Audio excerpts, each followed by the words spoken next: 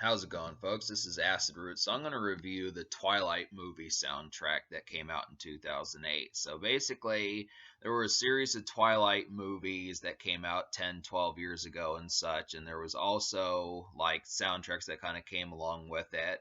And I wanted to see what some of these are about. I've at least seen the first Twilight a ways back, but I wanted to kind of see how the soundtracks kind of fared because they did manage to snag like a Paramore verse kind of when Paramore was cresting from their 2007 album, Riot.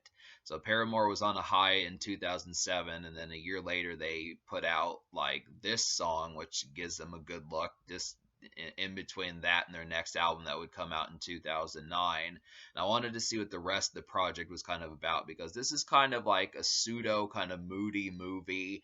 Definitely Twilight is has the reputation of kind of having like some eerie kind of grim moodiness towards it, and I definitely appreciated that. So I wanted to see if the soundtrack was up my alley, and I'm glad to say that it is. It definitely has some good vibes on here and the stuff like that. I would definitely have to say I'm proud of like what happened, especially the song Decode. I definitely have to talk about that. Decode by Paramore has like a real slick feel, and I'm definitely glad that Paramore didn't decide to keep this song and then just use it as like a buoyed extra single on like their 2009 album. I'm glad that they just were comfortable enough to just give the Twilight soundtrack an actual song because I do like this album, but not every single song on it is new, and even the songs that are on here are not necessarily remixes. Like even the songs that are even the songs that they're not songs that are remixes like on the Underworld soundtrack. So the Underworld soundtrack at least went to the trouble of remixing songs if you heard them before on other albums. This album doesn't really do that, but it does have Decode. The singles are at least brand new, so I'm proud of that. That's definitely pretty kick-ass. I guess we'll go ahead and talk about some of this. So this was popular in like Hot Topic and bookstores and stuff just because Borders apparently had a good deal. If you remember when this album came out back in 2008, there were some good deals with Hot Topic and Borders and like Fandango or Summit Entertainment had like some extra remixes that you could get if you were to pre-order the album, that type of stuff. So there's just some good stuff that kind of went.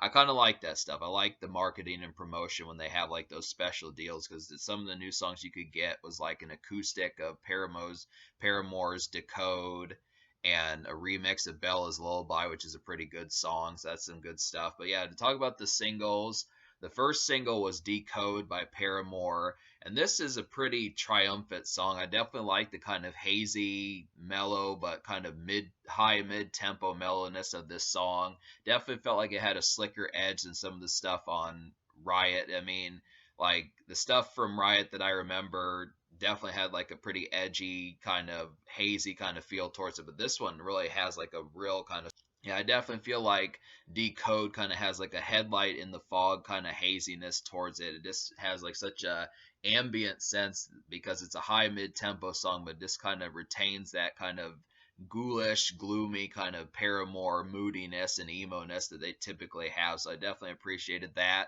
The chorus is beautiful, really, and appreciated that one quite a bit. So it's just a very triumphant kind of single.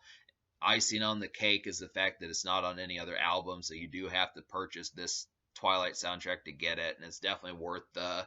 You do have to purchase the soundtrack to get this song. And it's definitely worth the process to get that song. It's just an overall gem, and it's definitely worth the idea behind it. And the second single was "Go All the Way Into the Twilight" by Perry Farrell. I have heard of this guy before. He was also on the Underworld Rise of the Lycans soundtrack, but this is a pretty electronic song. This is the kind of stuff that I figured the soundtrack was going to do. It takes it in the same direction as the Underworld Rise of the Lycans soundtrack. Just a nice kind of creepy, kind of crunchy, ghoulish, electronica kind of single and stuff. Really appreciated on there. The chorus is pretty chanting like and kind of has like this concept of just like a monster party, something like that, a good monster mash, something of that sort. So I really appreciated that one. Both the singles are pretty excellent, and you can find them basically only on this album. So both of them are reasons enough to get this project. I'll go ahead and list the 6 songs out of 12 I recommend to you. So they would be Bella's Lullaby, Leave Out the Rest by Linkin Park, Supermassive Black Hole by Muse, Decode and I Caught Myself by Paramore, and then go all the way into the Twilight by Perry Farrell.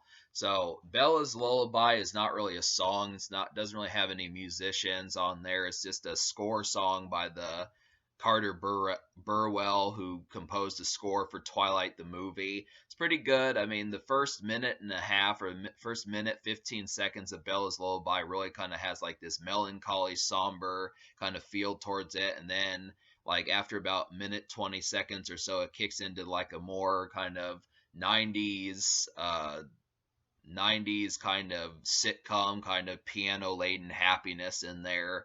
I did appreciate the first minute and a half. I do see how it can, because it's a lullaby, this is kind of a more like, positive kind of one. But I did like the melancholy stuff that started at the beginning. But I mean, I almost want to give it like an almost song, but I like it enough to the point where I can see the point towards it. I would probably listen to this at like a bonfire, campfire, something like that, something autumn related, just where you want to kind of phase in. You go and get yourself a drink out of the car or something like that, or you grab like a sandwich, something like that, those type things, just to kind of have. It's just an interesting kind of feel towards it. But I mean, really, I'm glad that this song was on here. I did like the concept behind Bella's Lullaby kind of being somewhat somber, because this is kind of a moody movie. And the Paramore songs are both excellent. Like the other one, I Caught Myself, is a lot more makeshift and a lot more kind of car ready and not quite as hazy as Decode is, but I still like it. I kind of feel like this is like Paramore's venture into a little bit more of like the makeshift kind of just got off work type vibe, but it keeps like the emo feel towards it. So I appreciated that. So I Caught Myself. So Paramore is basically 2 for 2 on this album. They're definitely MVP of this project. And I already talked about the Perry Farrell song.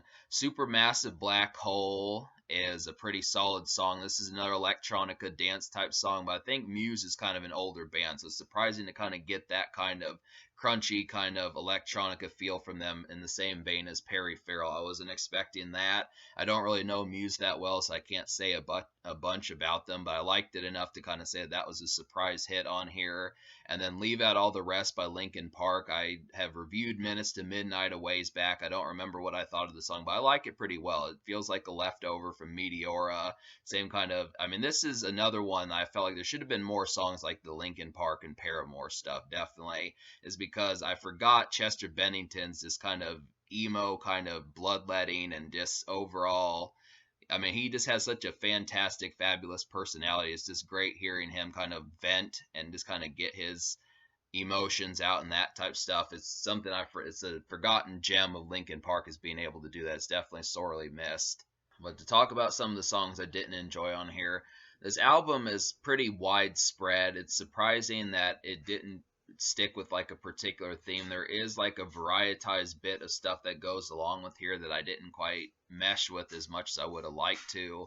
Like there's songs like Never Think by Robert Pattinson, Iron and Wine's Flightless Bird, American Mouth, and like Full Moon, that are some songs that just really kind of have like a more folkish kind of very down tempo kind of this like soft crooning kind of lullaby type feel towards them that I didn't really appreciate that much. It was kind of surprising how kind of like lullaby like that some of this project kind of was. Like I like Bella's Lullaby, but just some of this was a little bit more was softer than I was expecting it to kind of be, considering like the pacing of like Decode and go all the way into the Twilight. And it's almost off-putting in ways. There's also some ones on here like Tremble for My Beloved that kind of didn't seem like it matched that well. I almost liked Eyes on Fire. It's not quite an almost song, but it's almost an almost song, where I thought that was kind of like a decent approach for trying to be like a kind of blue-eyed soul kind of record, kind of like a rock form of R&B type thing on there, but just didn't quite get to pulling it off well enough. And that's just some of the concept there. But me liking 6 out of 12, I'm gonna go ahead and give this album like a 6.25, because I like the singles. 6.25 out of 10. I like the singles. I like the approach of what they were trying to do, but I was kind of surprised that they did not put like a little bit more known folks on here. Like I would have liked something like I don't know if the Robert Pattinson song really needed to be on here, and then the Iron and Wine song was chosen by Kristen Stewart of you know from Twilight, who played Bella on the, I almost said Bella Thorne, it's not Bella Thorne, but Bella from like the Twilight movie. So it's kind of, I mean, she picked that one. It was kind of the song for the prom, but I was just kind of underneath the impression of, I don't know why it had to be like so kind of morose in that kind of sense. I definitely would have thought, a prom is, in my opinion, a lot more of like an up tempo kind of jivey kind of affair, but it just kind of went with like, like some sort of something for someone that would have been like in their 50s or something, like a 40th anniversary of prom to like someone that you're married to or something like that. I just didn't quite get the context of why Kristen Stewart chose that song for like the soundtrack. It's just kind of off-putting, but so yeah, there's definite gems. Paramore came through, which kicked ass. I do wish that Linkin Park would have given the project a new song, but it definitely was a highlight. I forgot about Minutes to Midnight, so that was a good one. Supermassive Black Hole was pretty excellent, and the Perry Farrell song was pretty kick ass. So 6.25, and yeah, just to go over it a little bit more, just some odd choices for songs that could have been on here, and probably could have used like a few more noteworthy figures, and just maybe a few more, maybe too many down tempo moments, considering like some of the awkwardness or some of the concept of this album, or the concept of this movie being a lot more not quite as soft. This is really kind of nurturing and more in a sense that I wasn't expecting. So, but yeah, the social score I will give a 7, just because two singles was pretty good. I would have liked, I mean, really, because there weren't that many original songs on here, it was kind of brief. But Decode is probably one of the best movie soundtrack singles I've heard in a long time. It just was triumphant. You can't find it anywhere else. It's a great song, great chorus, and just great exclusive, just to make you want to go out and purchase this for an actual change rather than just getting the artist's album.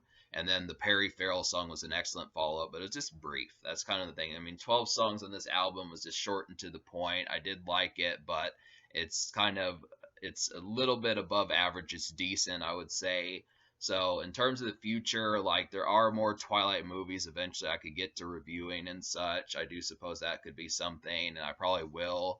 But yeah, so it's not really much that there's going to be a future, because the Twilight saga is of course over, but there is some good stuff on here.